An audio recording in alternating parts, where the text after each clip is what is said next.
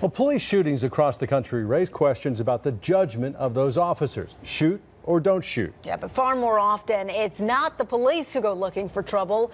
Trouble shows up when they least expect it. Well, Fox 5 I-Team reporter Randy Travis investigates one North Georgia shooting and its aftermath on the officers who were involved. Randy? That's right, Russ and Sine. Marshall Rice had already served 20 years in prison when Habersham County deputies pulled him over one night in 2013. Somehow everyone lived to tell their story and face each other once again. Another lonely road, a quiet Sunday night, a garden variety traffic stop, but danger knows no boundary. I've seen a lot of videos. I've never seen one like that. Shots fired, shots fired. What do you think as you watch it? Just how quick your life can be took from you. Deputies stopped Marshall Rice in October 2013, suspecting his F-150 could have been involved in the theft of some jet skis. Deputy Graham Arrowood knew the 47-year-old driver. Lieutenant Tonya Elrod eventually arrived to ask some questions.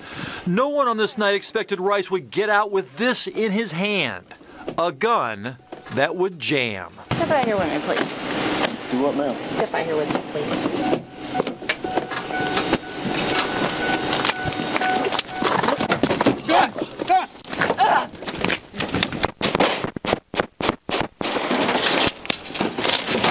Buddy, you better drop it. Drop the gun. Drop the gun.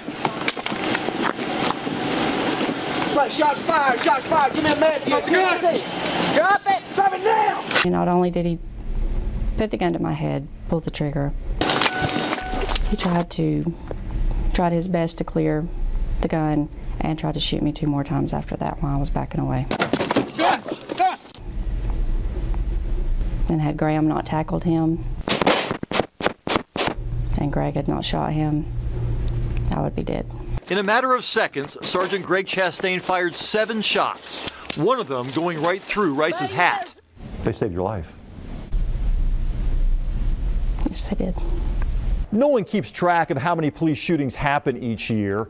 We're not even sure how many times police kill someone each year, an estimate 400 to 1,000 times across the country.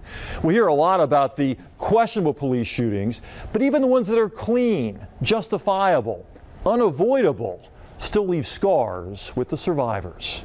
Ask your next question. Somehow Rice survived 2 gunshot wounds.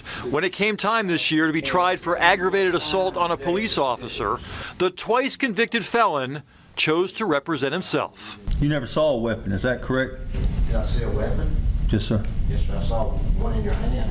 With such a strong case against him, deputies and prosecutors feared the real reason Rice wanted to play lawyer was to plan more violence. Lieutenant Elrod, do you really expect this court to believe you had legitimate reason to stop this vehicle? But turns out the only real threat was emotional. When Tonya Elrod found herself under cross-examination by the same man who once tried to kill her.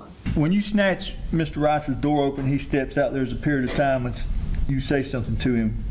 What was it you said to Mr. Rice to make him react the way he did? I did not snatch the door and I asked you to please exit the vehicle. Okay, so you didn't say nothing else to him? No further questions, Your Honor. Was there a part of you looking at him thinking, buddy, you don't know how lucky you are right now. You could be on trial for a lot worse than this. I did think that, yes. Were you mad at him? No, I wasn't mad. I felt bad for him. I felt sorry. Rice asked for a bench trial, meaning only Judge Rusty Smith would decide his guilt. At the end of a one-day trial, with DA Brian Rickman prosecuting the case, Smith found Rice guilty on all charges. Sentence? 70 years in prison. You okay? But it's not really a happy ending. Everything back to normal. Now you think a little more, do they have a gun? Where would it be? It makes you question everything. A little more than a year after he saved Lieutenant Elrod's life, Sergeant Chastain would do the same for their sheriff. The two responded to the home of former deputy Anthony Giaquinta, who had already killed his ex-wife and her boyfriend and wounded 2 officers, including Sheriff Joey Terrell. Chastain would fire back and kill Giaquinta. 2 officer-involved shootings that saved at least 4 police lives. Sergeant Chastain sounds like the kind of guy you want to have backing you up. You do. I would take him with me everywhere I could. For my 2 guys that were there,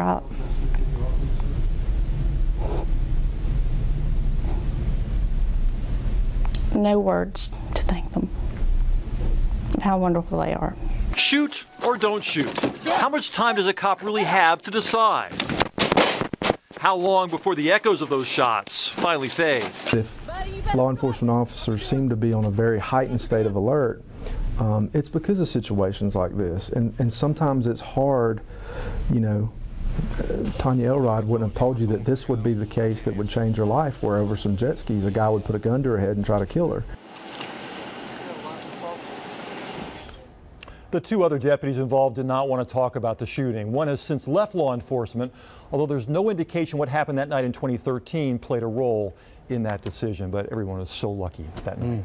Absolutely. So looking back at that scenario, what was it that motivated the suspect to pull out the gun in the first place? That's still a question we can't answer. He has suggested in his ramblings there in court that day that he knew that the gun was going to jam, and that's why he pointed it at the police officer, because he wanted to commit suicide by cop. Oh, but the DA pointed out that doesn't make any sense, because he tried to clear that jam a couple of times in there. You see that clearly on the tape.